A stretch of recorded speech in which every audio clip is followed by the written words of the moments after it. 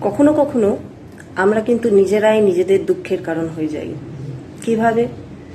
কারণ কোনো এক সময় হয়তো আমরা কোনো কারণে দুঃখ পেয়েছি বা কেউ আমাদের দুঃখ দিয়েছে, বহু আগের ঘটনা হয়তো, কিন্তু এখনো আমরা সেই নিয়ে ভাবি এবং দুঃখ করি।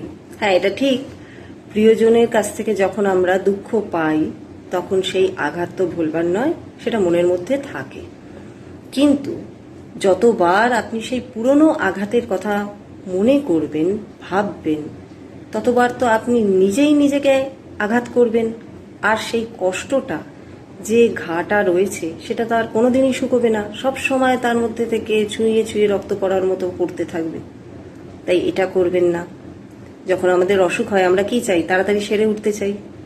তাই নিজেদের কষ্টকে সবসময় মনে করে নিজেদেরকে কষ্ট দেবেন না। Think about it.